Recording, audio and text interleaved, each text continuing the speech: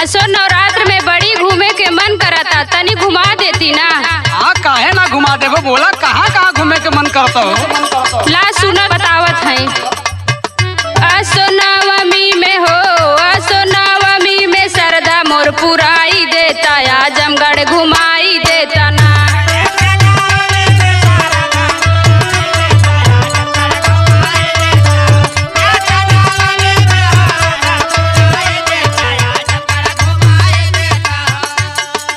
अच्छा तो तुम्हारा आजमगढ़ घूमे के मन करता। हाँ अच्छा चला सुना। नावा मैया कृपा करी है हो, मैया कृपा करी है, श्रद्धा हम पुराई देब, आजमगढ़ घुमाई देब ना।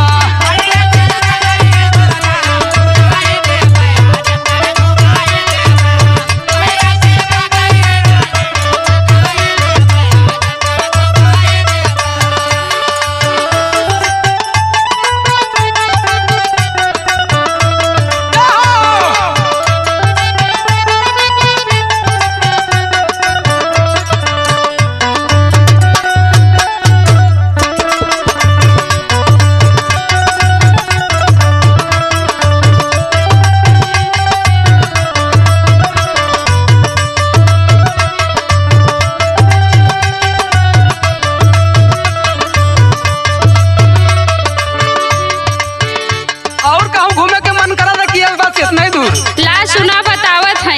बतावा बतावा। महू ज्यादा मठराही घूमब करबै दर्शनवा।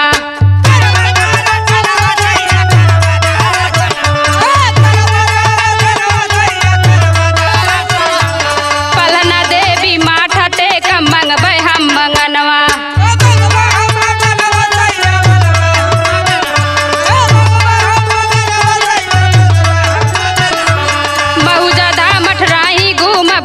दर्शनवा पलना देवी माथा टेक मंगबै हम मंगनवा। जके नो नारी से हो, जके नो नारी से चुनरी लियाई देता, श्रद्धा मोर पुराई देता ना।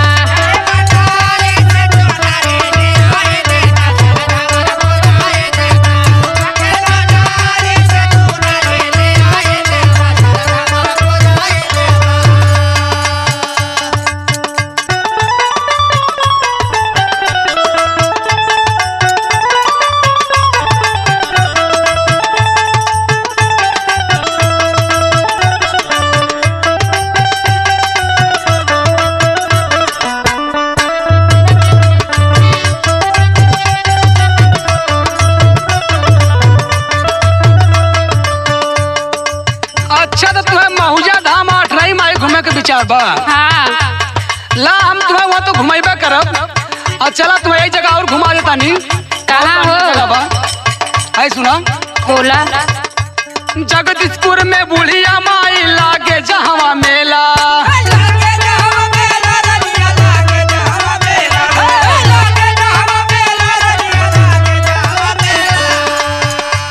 श्रद्धा भाव से जे भी जाला मन चाहा मिलेला।